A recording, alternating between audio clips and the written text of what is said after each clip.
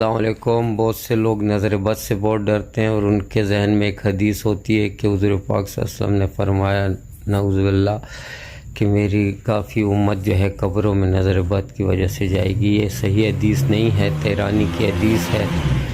صحیح حدیث بخاری اور صحیح مسلم میں یہ نہیں ہے۔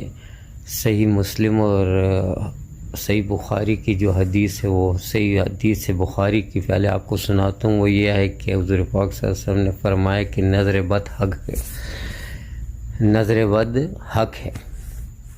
اور دوسری حدیث سے بخاری یہ کہ حضرت عائشہ رضی اللہ تعالیٰ عنہ کے پاس ایک دفعہ حضور پاک صلی اللہ علیہ وسلم تشریف لائے تو ان کے چہرے پہ کچھ تکلیف کے اثرات دیکھے تو حضور پاک صلی اللہ علیہ وسلم نے فرمایا اس کے لیے دم کرو کیونکہ یہ نظر بد ہے۔ اور مسلم کی حدیث یہ ہے کہ اگر کوئی نظر بد حق ہے اور اگر کوئی چیز تقدیر پہ بھی سبقت لے جا سکتی تو وہ پھر نظر بد ہوتی۔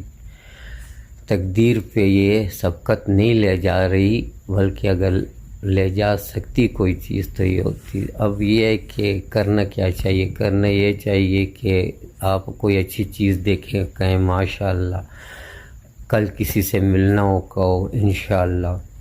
اپنے بچوں اور عزیزوں کی تصاویر کو زیادہ شیئر مت کریں کیونکہ نظر بد تو ہے تو صحیح حق ہے۔ اور میرے کچھ رشتہ دار تھے تو وہ بتاتے تھے میرے ماموں کہ وہ کراچی گئے تو کراچی میں یہ ٹریننگ کے لیے جس بنگلے میں ٹھہرے تھے وہاں اس کے سامنے ایک کھجور کا بہت بڑا پرانا درخت تھا اور بہت ہی اونچائی پہ تھا، یعنی اونچائی تک گیا ہوا تھا۔ تو ان کے ساتھ جو پارٹنر تھے آفیسر وہ بھی ٹریننگ کے لیے آئے ہوئے تھے تو انہوں نے میرے ماموں کو کہا کہ میاں صاحب یہ دیکھیں یہ کیا اونچا درخت ہے اور کتنا مضبوط ہے۔ یہ کہہ کہ ہم جب اپنے بنگلے میں داخل ہو رہے تھے تو ایک دھڑام کی آواز آئی، جب پیچھے دیکھا تو وہ درخت گر چکا تھا۔